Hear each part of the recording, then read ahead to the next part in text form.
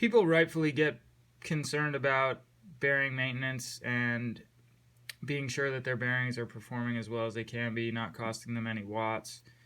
Our main criteria for bearing performance is just that they're not crudded up or corroded or the races scored or anything like that. All of the bearings, all of the hubs that we sell have cartridge bearings instead of cup and cone. There are arguments to both, but cartridge bearings are really easy to deal with, really easy to replace if something goes wrong, and very easy to maintain. So what I've got here is a White Industries CLD hub with the axle removed. Very easy to do that on any hub that we sell. And when you want to do any kind of bearing maintenance, you want to take the axle out. It just makes things 100 times more easy to access, and you won't screw anything up that way. Nothing gets in your way. You need a few parts to do this. You need obviously your hubs. I use an X-Acto knife, and then I use some boat trailer grease and a vial, or a syringe rather, that you can get from the hardware store. So nothing here is bike specific or difficult to source in any way. None of this at all is at all difficult.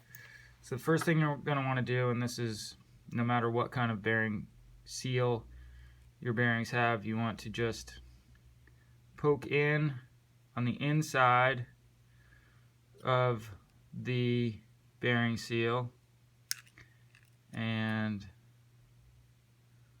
might be a little resistant to it, but just sort of lift that sucker right out. Important to go on the inside of the seal rather than the outside. The inside of the seal is more durable and harder to screw up. And you see that there's some grease already in there, so we're just going to sort of clean some of that out. And then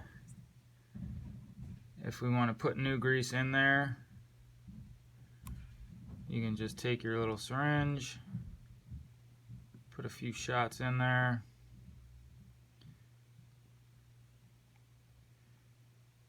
In a perfect world, you don't mix grease, but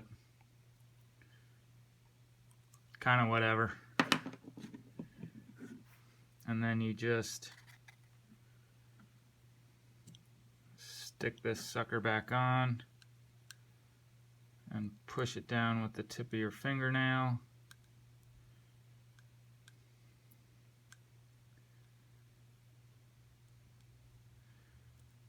Make sure it's in there. And voila, that bearing is now perfect. It's not going to get contaminated.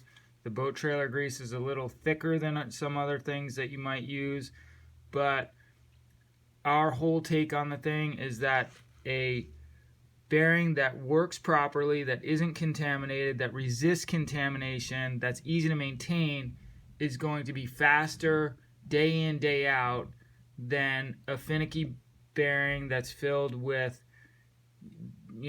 very low